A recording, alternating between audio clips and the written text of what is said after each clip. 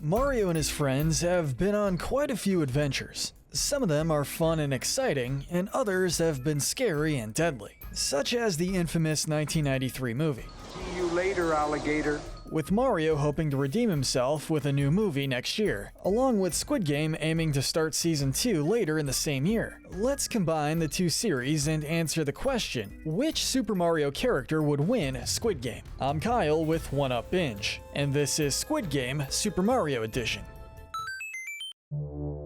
Let's get some rules down before introducing the participants. First and foremost, participants can only use abilities they naturally have, so power-ups of any kind won't be allowed. Secondly, when using said abilities, they can only be used in compliance with each game's rules. For example, any characters who can float or fly can't do so at the glass bridge. We also aren't allowing weapons or gadgets here as well. Anyone who uses them frequently will have to rely on their own natural skills. And lastly, we won't be including any baby versions of the characters, because that's too cruel even for us. Now that the rules are set, let's see who's participating. In today's edition of Squid Game, our contestants are Mario, Luigi, Waluigi, Wario, Yoshi, Captain Toad, Bowser, Bowser Jr., King Boo, Peach, Daisy, Rosalina, Toadette, Toadsworth, Pauline, Professor Egad, Cooper, Gino, Goombario, Cackletta, Fawful, Elder Princess Shroob,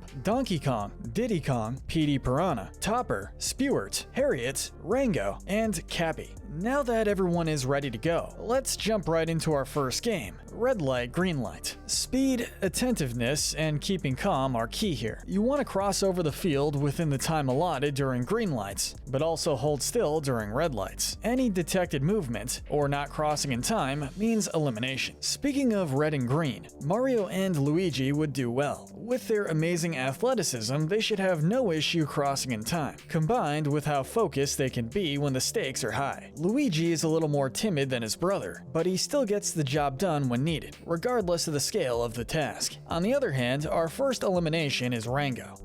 Despite his combat skills, Rango's a bit more scatterbrained than his fellow Brutals. He likely wouldn't be able to focus enough to notice red light calls, causing his demise. Rango is joined by two other Brutals here as well, Topper and Harriet. Harriet is known to be a bit reckless. After all, she thought putting explosives in her hat/hair was a good idea. In Topper's case, when you first fight him in the beginning, we see him start to panic and run when his hat gets knocked off. If he panics this easily, we don't see him lasting very long in the Squid Game. Toadsworth is in a similar boat. Not only would his age catch up to him here, but he's also known to panic easily. We think he'd be one of the ones to run back towards the door after the first kill. Next up to be eliminated is Diddy Kong. Diddy has a lot of energy that could be compared to a young child. This could lead to him charging ahead without considering risk. An example of this can be seen in the Subspace Emissary, when he tried to approach Bowser to avenge Donkey Kong, before Fox pulled him back and escaped with him. Our final elimination in this round is Cappy.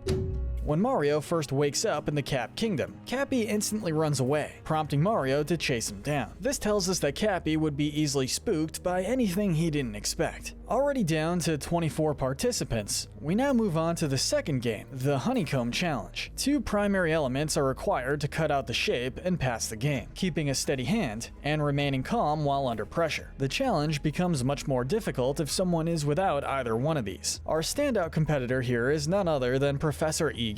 Being an expert tinkerer and inventor, we have no doubts that he could come up with a calculated solution to sufficiently cut out the candy with his steady hands. On the other hand, our first to go is Goombario.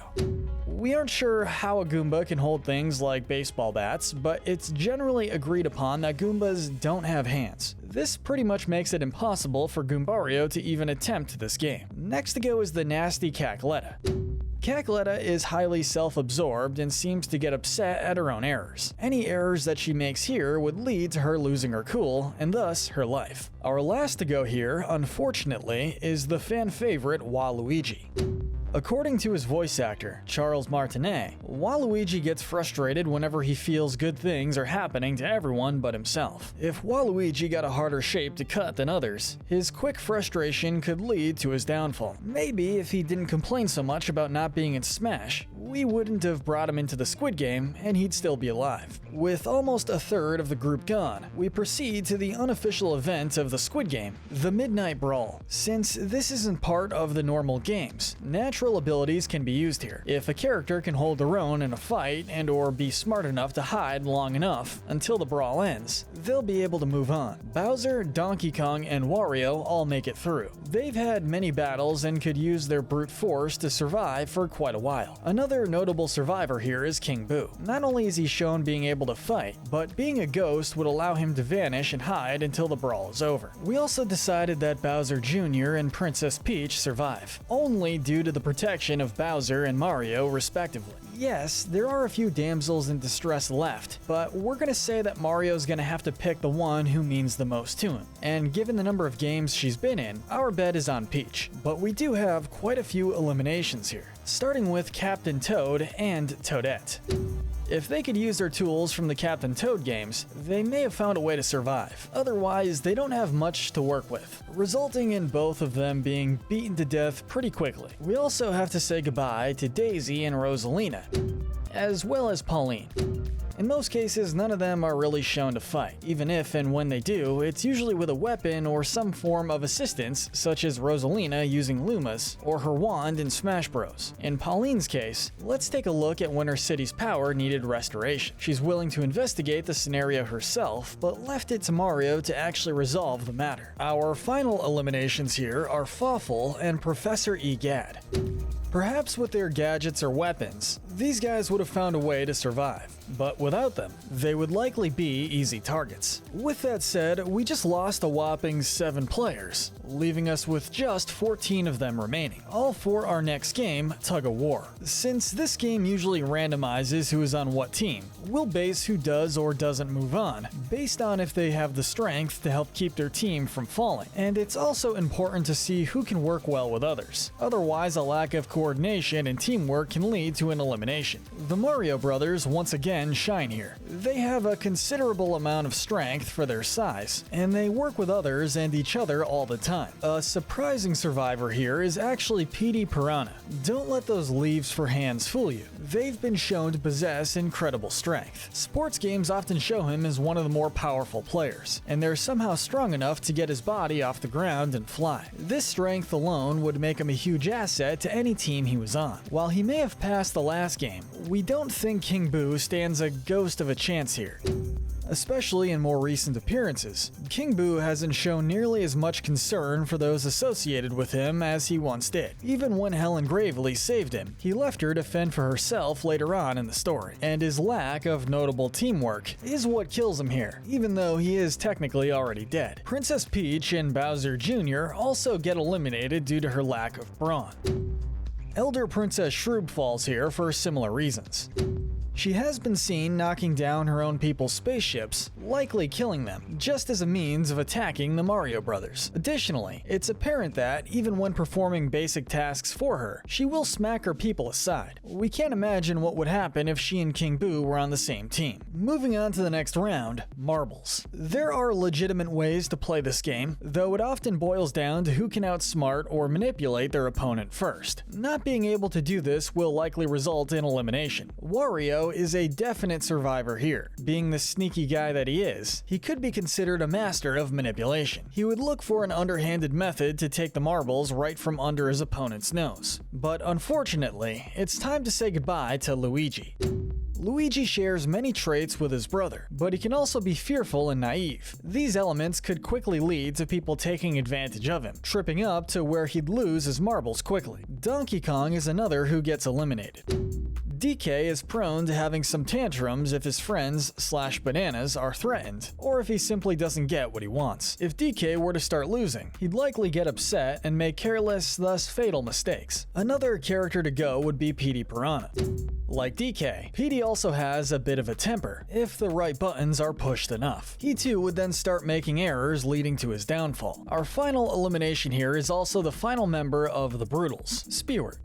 Up until now, Spewart has had just just enough to squeak his way through. However, him not being the smartest of the four finally catches up to him. Even if he understands how the game works, it's likely he would be outsmarted by one of the remaining survivors. With this in mind, we're now down to just 6 players as we move on to our semi-final round, the glass stepping stones. This game is based almost entirely on luck, though there are some ways to sway the odds in or against your favor. A higher level of pride will lead to someone wanting to go first, but being patient will be highly advantageous. For one, patient players can stay back and watch other players to see which panels are safe, and some of them can even tell which ones are safe just by analyzing. The first to fall here would be Bowser.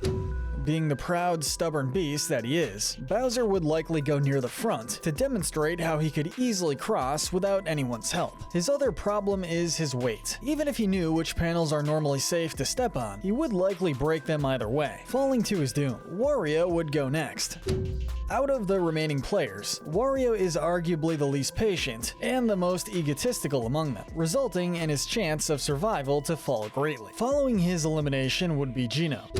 Gino is definitely heroic in nature, but what does him in here is his strongly confident attitude. While it's not shown to be anywhere near as bad as Wario or Bowser, we feel that, compared to the others left, he would be the next to make the attempt to cross, increasing his odds of falling. Now, as for the last elimination of this round, we have to say goodbye to Yoshi.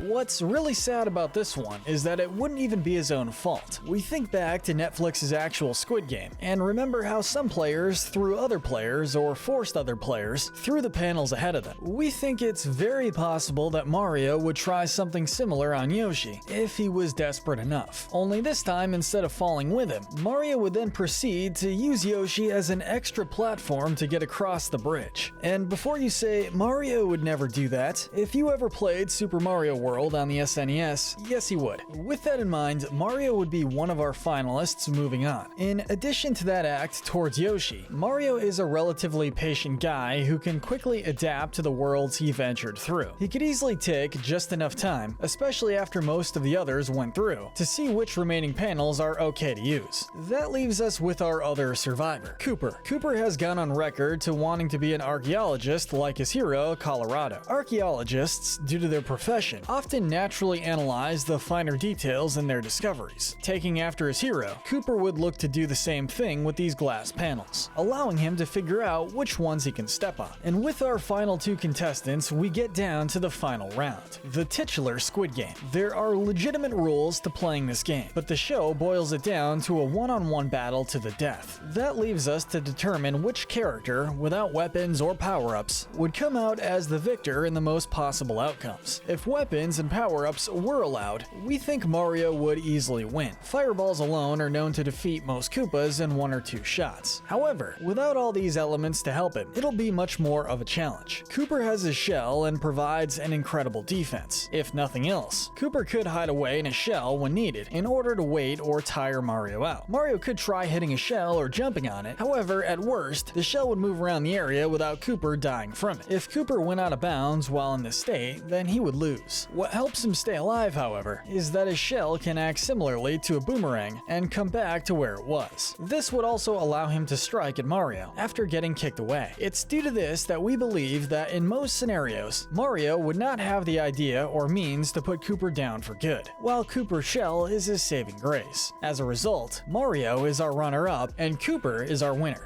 Sorry Mario, but at least now, you can tell Luigi that you too knows what it's like to be number 2. But let us know in the comments section, what Super Mario character do you think would have won the Squid Game? And if you need a 1-up, make sure to hit that notification bell and binge our other Super Mario and Squid Game videos. Thanks for watching, we'll see you next time.